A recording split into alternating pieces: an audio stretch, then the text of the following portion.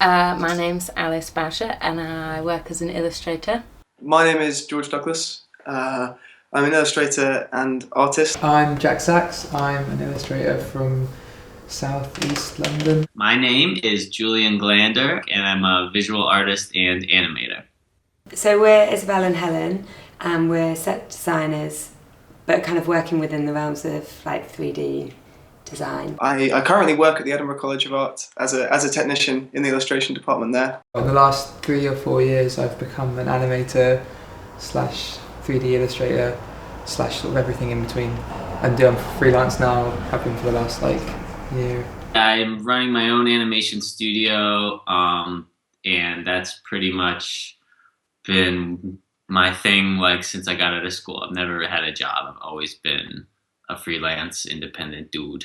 So we met at Chelsea College of Art. We both studied graphic design. So we graduated about 3.5 years ago, and we've been kind of working on projects ever since, collaboratively. At first I was in my room, but then I started going a bit crazy, so I got here.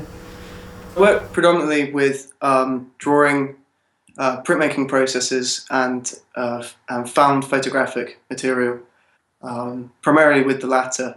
I'm quite inspired by the nature of collecting and using found things to sort of spark off ideas and generate ideas. I like that element of randomness and chance. I just find stuff from wherever, really. I've got a pretty good cardboard collection. Down here I like to collect a lot of cardboard and I'm a big hoarder of things. I had a really bad injury. I was pushed onto a glass and it severed the nerves in my hand, which meant I couldn't draw, couldn't hold a pen just before the start of third year. So I was sort of looking for options of what I could do just to I didn't want to defer because I thought that'd be really awful. So I just thought I'd try something else. So I got hold of some 3D software and just started making shapes, move around just using the trackpad so I didn't have to use my hand. Yeah, it's kind of led me to where I am now, which is pretty good. Yeah, and then sort of a couple of months later, physio, that all went well. I can hold a pen again, draw, and now 3D and drawing have kind of at first they were really separate, and now they're kind of coming back together, and I'm yeah, they inform each other, which is really fun, but it's all because I got pushed on a glass. I think I made this when I was feeling really sad about working at home. These people with, oh god, happy people. Quite depressing, really. There's a fat lazy guy at the airport. Kept staring at me, so I drew him. Oh, this is a book I made a while ago about, well, it's not really about anything actually. Oh, this was something that I was going to put in Pick Me Up last year. A sad book about a girl that has a goose. And then the goose leaves her. Why? Very dark, so sad. But it comes back, so it's fine. These are called world review books, and I've got loads of these. I think the library, when I was studying, the university library just gave away loads for free, and they're just sort of full of all these beautiful, beautiful images. I would say it starts with shapes. It starts with just squares and cones and circles. Sometimes I'll make studies with Legos or wooden blocks and just sort of see what happens when different shapes come together. I don't know, I try to just be very open and intuitive, and then I'll open up a 3D modeling software and work really quickly to just sort of lay out what I'm thinking. The last thing I do, which is I would say the biggest, most important part of my process and the most fun part, is coloring it. It's like putting a whole nother layer of magic on something. I've sort of been involved with Pick Me Up in one way or another for the last 5 years. I wanted to make my interpretation of the inside of the human body, which is all a consequence of what happened to my wrist. Thinking about that has really bled into my work. So there's the 6 prints. I finished 4 of them now. So I'm working with a friend of mine who's going to help me artwork it and blow it up to vector size scales, and like something about 2 meters tall, and with a monitor roughly that. And then I'm going to have a little animation of organs doing something. I've not decided. Time's like pressing, but.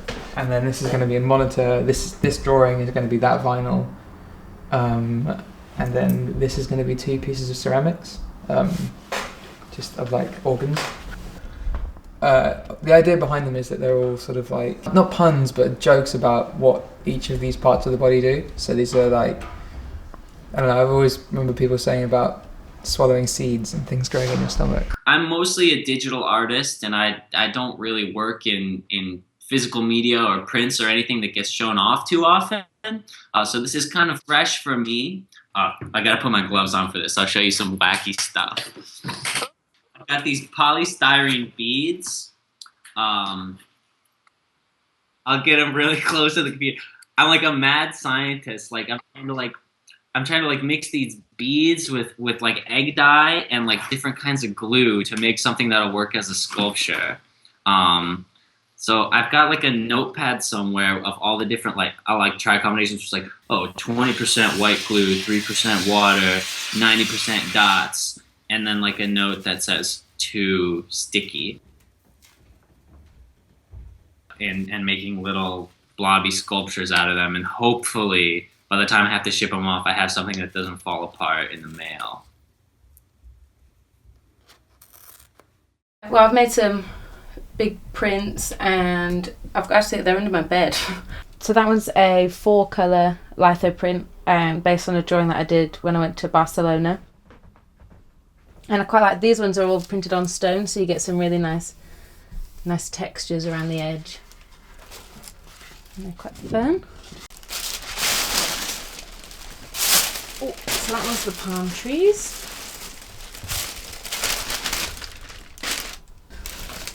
I'm going to America in the summer, so maybe I was thinking about America when I made that one. Just LA dreams. And there's the rider.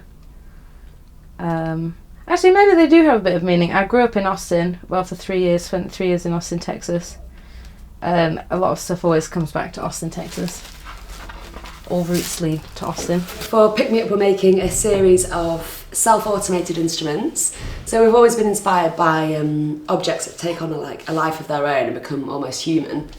So for this, we wanted to look into that and investigate what we could make. The series is called The Noisemakers, and the idea is that they're all kind of, each one has their own kind of individual characteristic. They're all almost like misfits. But we quite like how they're all a bit humorous.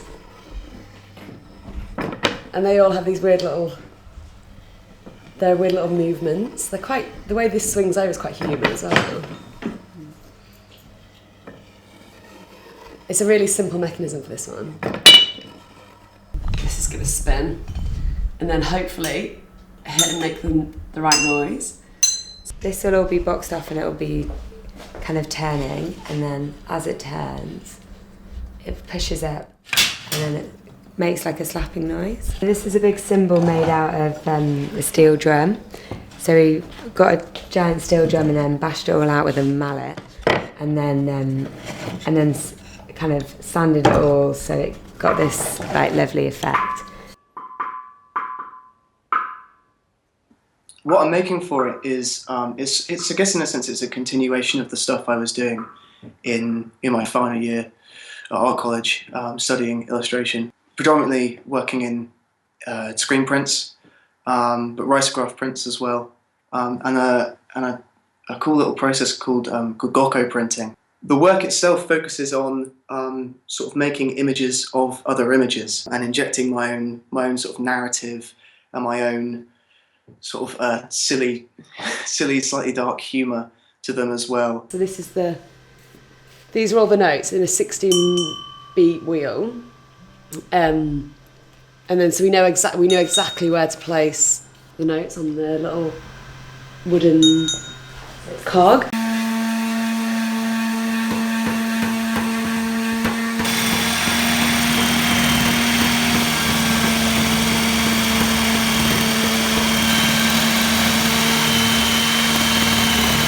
this is my space. It's a small desk space, really. I sort of have, this is kind of like it's all a bit messed up at the moment. This is kind of like an assembly area, I guess, where I sort of keep things on the go. And then this is where the images get made, in a sense. But I mean, I don't stick to a too stringent sort of working method. I think working with my hands is incredibly important to me, just because on a sort of very personal level, it's where I get a lot of sort of fulfillment and enjoyment. These are all the prints for Pick Me Up. So this is a sort of like a commemorative plate design that I made. I think I've titled it, I forget my own titles, A Commemoration of the Death of Mr. and Mrs. Phlegm. So rather than a marriage commemoration, it's a death commemoration. So it has that sort of macabre, dark humour to it. And then, of course, there's a whole load of cream being poured on top of it. I think managing your time can be really tough when you just got loads of different commitments and responsibilities, and it's something that you never really get prepared for, like at uni or after uni, just because you have so many different things going on at the same time, and you just got to learn to stay on top. And like your employers don't really care about each other, which is like pretty rare in the work world, where nobody cares about your other deadlines. So yeah, I think just time and like just not getting stressed is key, but it's still really fun. Yeah, I've had nights where I stayed up really, really late, but sometimes I quite like that real intense hit of working really hard, and then you can have a chiller. But I find it very hard to take time off, because you're always like, oh, I could do a little bit extra, or oh, maybe I'll do some of my own stuff today, and then you kind of forget actually that's working as well. Until recently, I had like a really crazy schedule where I was kind of like, I was working with people in London and Japan and here in the United States, so it was sort of a 24/7 email thing where I'd be answering emails at 2 in the morning, or I'd be popping out of bed at 4 a.m. to get on a call with someone. But I would advise against doing that because it ruins your life. Yeah, there's pros and cons to it all. And I haven't updated my website for about a year. And I find that kind of stuff really boring. And tax and stuff. We didn't really get taught about working out your own tax. And I had about 6 months of worrying about it, and then it took an afternoon, and it was actually fine. I really like the work, so I kind of can forget to do all the other things that you have to do, like take a shower and eat and see your friends and call your mom, What am I complaining about? I love my job. It's the best job. And like, if it's, it's taken up my whole life, not because it's like a beast, but it's because it's like, I love it. Keep on drawing and stick with your friend, not kind of stick with your friends and copy your friends, but it's good to have friends that are kind of like-minded. And you just keep trying, even though sometimes it's really, really hard, and people want to pay to draw. That's quite nice. Don't worry. Like, don't feel like everything has to happen right at once. With social media and everything the way it is now, you can just advance yourself just like a little bit every day. And then one day you might wake up and you have a career. That's what happened to me.